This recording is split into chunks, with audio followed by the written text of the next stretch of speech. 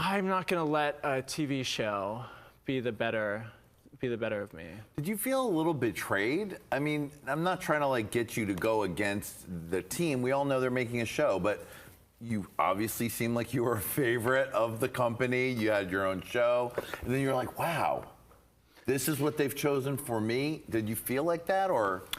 I'm not gonna like, lie. Fuck it, I did. You know. Yeah, well, I'm not gonna lie. I definitely felt that way at a moment. But then again, like, not in a negative way, but the show isn't necessarily thinking about me. You're right. They're thinking about the material and the way that queens interact with each other to create a phenomenal LGBTQIA+ content. So, I don't know. Yeah, I said some things. It came off wrong. I'm also a sarcastic motherfucker.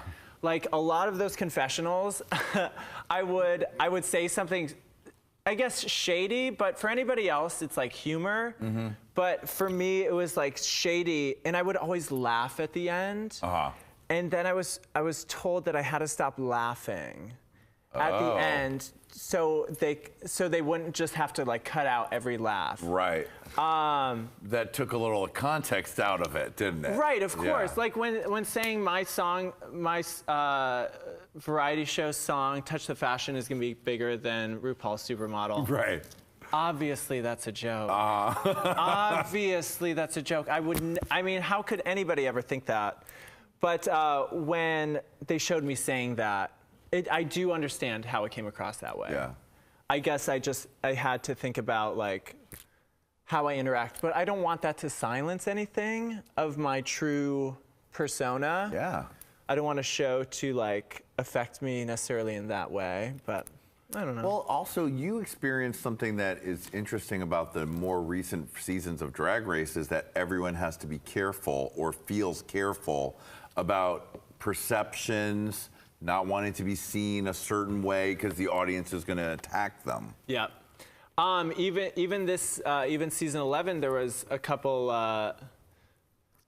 quote unquote delusional moments from queens, and then it was just so funny seeing my like Twitter explode for like a hot second, like relating me to the queen or that queen to me that was on in a delusional moment. But it's fascinating. I'm fascinated by this this new Gen Z. I think Gen Z, is that what they're called? Yeah, I think so. The new, not millennials, but Gen Z, who's like the meme culture. Yeah.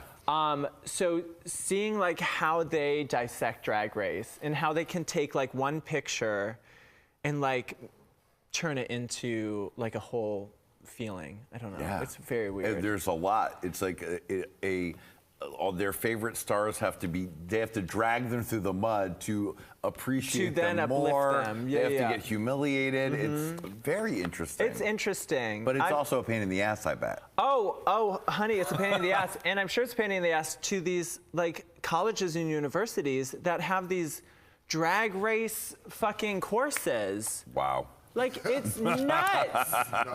Like, the fact that, like, NYU and Columbia are talking about Drag Race. Wow. It's huge. So let my delusion be a question on that test. Now, just one more thing. Like, after All Stars came out, you said you had to kind of take some time to yourself. I can only imagine that time was hard and difficult to suddenly be turned on by this audience. And when you went away to have that time by yourself, what were you going through? Well, I first had to remember that I am not the first one, and I will not be the last one that goes through what I went through.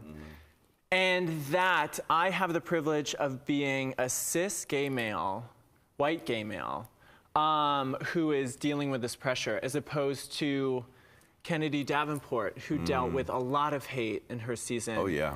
Jasmine Masters, who dealt with so much hate.